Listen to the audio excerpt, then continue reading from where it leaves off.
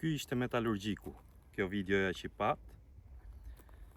Një nga veprat më të rëndësishme të Shqipërisë së shekullit të 20. E ka ndërtu Enver Hoxha, diktatori famkeq i Shqipërisë, në vitet 60. E pat pamjen, rreth 1 minutë që pata filmu aty poshtë kur dola te rruga.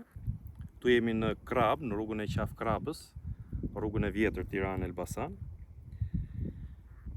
Po e bëj videon për disa njerëz që më kanë shkruajt shpesh ca janë i thtarë të Enverit, që thonë shi qa vepra shka pas po ku dukte janë, ca janë, ose janë demokrat, ose janë të djathtë, ose janë socialist rilindas, edhe thonë, ja, pas se i Edi Rama e që e ke komuniste, pra të dyja palët kanë ato budallikun e vetë në mes. Në fakt, njerëzit krahasohen me veprat që ndërtojnë. Enver Hoxhën e ka dënu historia si diktator, shkelës i drejtave dhe lirive të njeriut, burgosjes njerëzve për fjalën e lirë, etj. Por është pa mohueshme veprat e mëdhaja që i ka lënë Shqipërisë. Pra ky është në historinë e Shqipërisë, 114 vjeta, 116 vjeta sa kemi shtet ne, është vepra e parë e industrisë së rëndë që është bërë në Republikën e Shqipërisë. Është e para dhe e fundit që është ndërtu. Dhe historia nuk ndryshohet sipas simpative politike, pra vepra është aty, duket. Metalurgjiku ishte një ndërtim pra i kompleks i viteve 60 për përpunimin e mineraleve, shkrirjen, prodhohej giz, prodhohej çelik, se këto dhënat e kësaj nuk i dija shumë të saktë dhe i mora diku këtu në internet. Sipas dokumentacionit të UNIDOS, pra kompleksi ka pas përfshi kapacitete të rëndësishme të industrisë metalurgjike dhe prodhonte një gamë të gjerë çeliku dhe produktesh të petëzuar.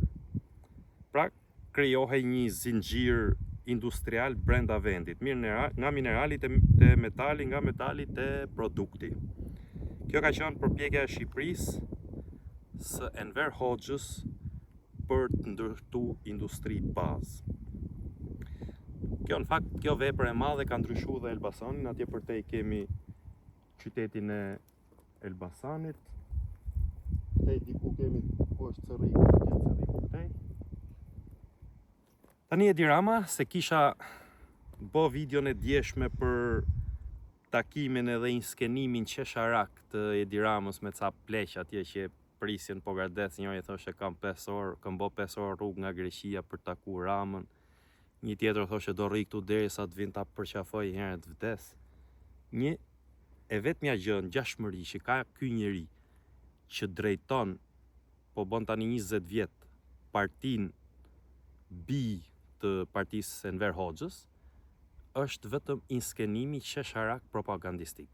Edhe e thash edhe dje, theksova që Enveri gjatë gjithë jetës tij, 45 vjet pushtet, mund ta ketë bërë 2 herë, 3 herë atë lloj inskenimi me popull që e doshte Enverin, e thoshte ti pudh durët Enverit, apo i jepte dorën Enverit edhe nuk e lante më, sepse thoshte kam taku udhëheqësin e lavdishëm, ndërsa Edi Rama e bëri brenda 24 orëve me 3 persona të ndryshëm, të 3 të moshuar, ndoshta dhe reminiscencat e skaluarës të këtyre njerëzve i shfrytëzon, por siç e kam thënë për herë, ai shfrytëzon hambarin e votave, sepse këtë kategori njerëzish i ka hambar votash, ata janë 750.000 votues, shkojnë që në orën 7 mëngjesit te qendra e votimit dhe është shumë e vështirë që tu ndryshosh mendjen edhe të bëhen realiste. Dhe këto e di shumë mirë Rama dhe bë nga këto.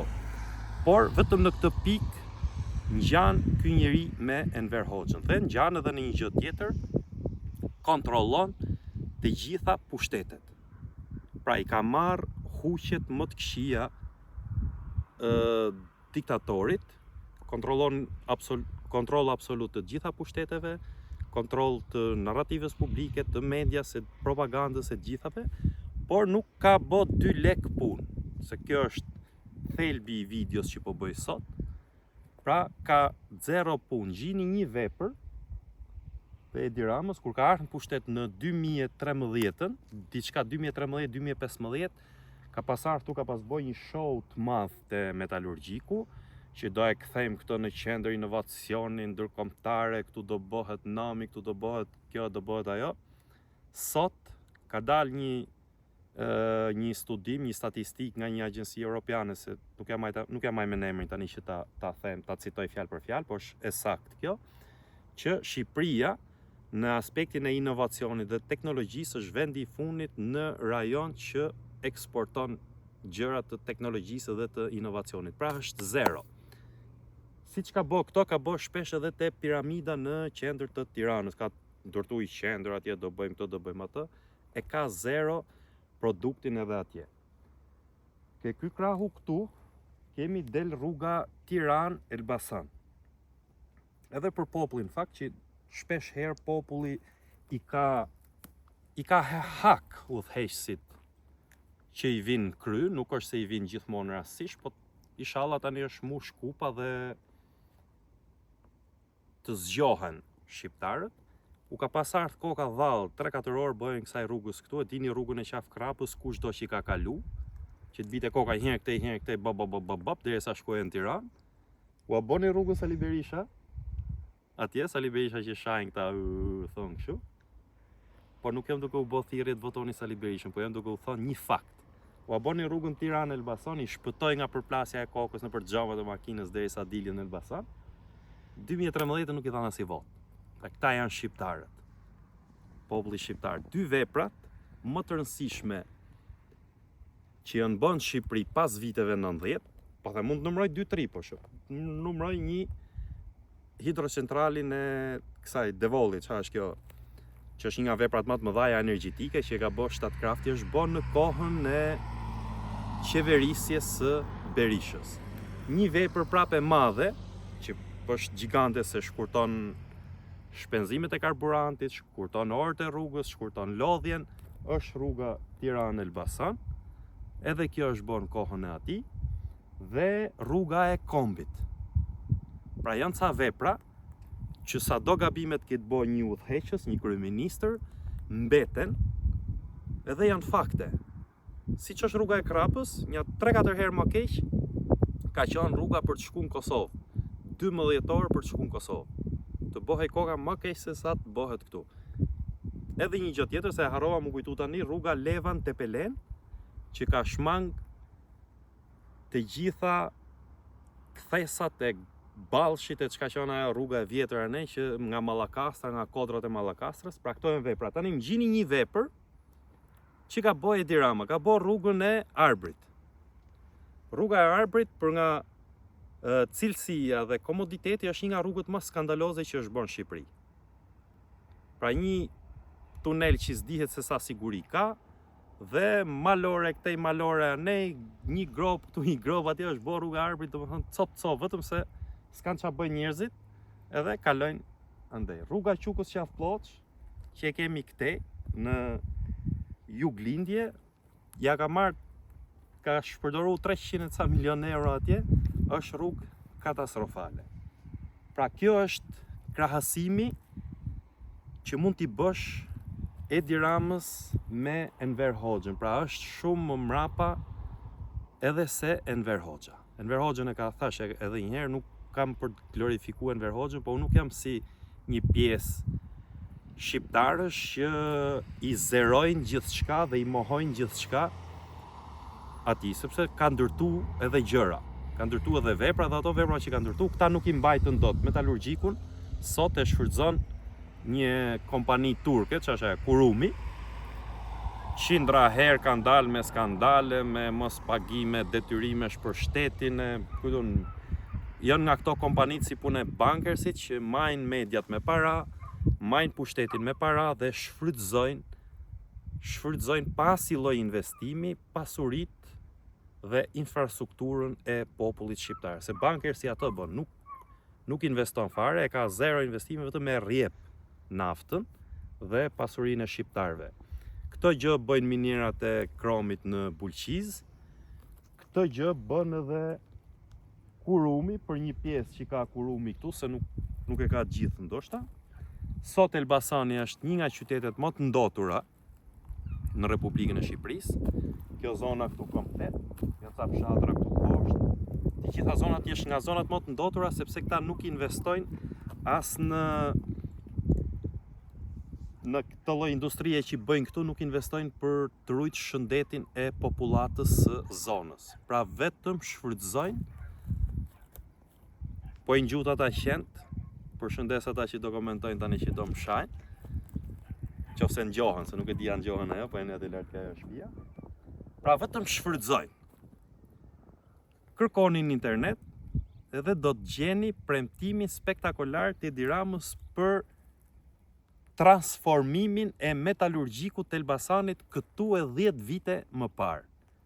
Kërkoni pak më shumë dhe do gjeni një lajm spektakolar të kuruar në mënyrë spektakolare të Edi Ramës prapë këtu në këtë zonë për landfillin, inceneratorin e Elbasanit. Nuk ekziston, u vodhën parat dhe Elbasani nuk ka incenerator ashtu siç nuk ka Tirana dhe siç nuk ka Fieri. Pra vetëm këto gjëra ka bë ky dhe tani është plak, është bë si rrëzhnok i vjetër, por jo si Enveri, thjesht kopjon Enveri në mënyrë të shëmtuar, duke i skenu takimet përmalluese me ca pleq të rrjedhur në Pogradec, edhe ku të mundet në fakt, edhe të bëjnë kështu, kam pa i video mra, pa nuk e fuz dot këtu, një video që dohën nuk ishte gjë më të bukur. Enver Hoxha me Themia Thomaj e bote Hokatari në mbledhje qeverie, kujton, identik si Edi Rama dje me Mirela Kumbaron, që fliste me diellën edhe pyeste diellën për Mirela Kumbaron. Po do e bëj atë videon për Facebook, se këtu në YouTube nuk lejohet ajo, dhe shkoni ke faqja ime në Facebook, ose do ta shihni, kur fliste Enver Hoxha me Themia Thomaj, po ti s'më as dorën, i thotë, shkona kam qafë Themia Thomaj. Edhe Edi Rama këtë njëjtën gjë ka bërë me Mirela Kumbaron. Pra kjo është historia e Shqipërisë, e vërteta duhet thënë, është i dënuar për çai ka bërë jetës njeriut Enver Hoxha, regjimi i Enver Hoxhës, por duhet me ja përmend edhe këto që ka bë, veprat që ka bë hidrocentralet, metalurgjikun. Ky metalurgjikun në fakt është ndër veprat më madhore, sepse kombet po spatën industri të rëndë, po spatën industri prodhuese, që është e qëndrueshme, janë gjithmonë të varura nga mëshira e vendeve tjera, nga importet, pra janë të varur nga importet. Metalurgjiku tani sot nuk e di se çfarë bën tjetër përveç se shkrin vjeturina, hekurishta të vjetra vijnë nga Maqedonia, nga Greqia, nga Shqipëria, i shkrin gjitha këta çapati, i marrin, i shkrin aty edhe i merr Kurumi, i çon jashtë, një herë pagun taksa ke ky shtet, një herë pagun ministrat përkatës, doganierët përkatës, një lloj si me mbetjet toksike që nuk e dim akoma ku janë, që u bë alarm botëror te Bloombergu më duket doli, që kishin shku ishin të metalurgjikut. Pra edhe këto mbetjet nuk i menaxhojnë, mbetjet që janë mbetje toksike nga shpërbërja e mineralit, e hekurit, e kujtun mineralet të rënda që nxjerrin këto. Kështu tani unë po kaloj edhe një herë për nostalgji nga rruga e Krapës. Edi Rama ngjan me Enver Hoxhën vetëm në propagandë, po dhe atë bën shumë më të shëmtuar se i ka pas më shumë hije Enverit se sa këtij. Kjo është politikisht një plak i mbaruar që bën për të qesh vetëm një gahut si Mirela Kumbaron nga Qafkraba.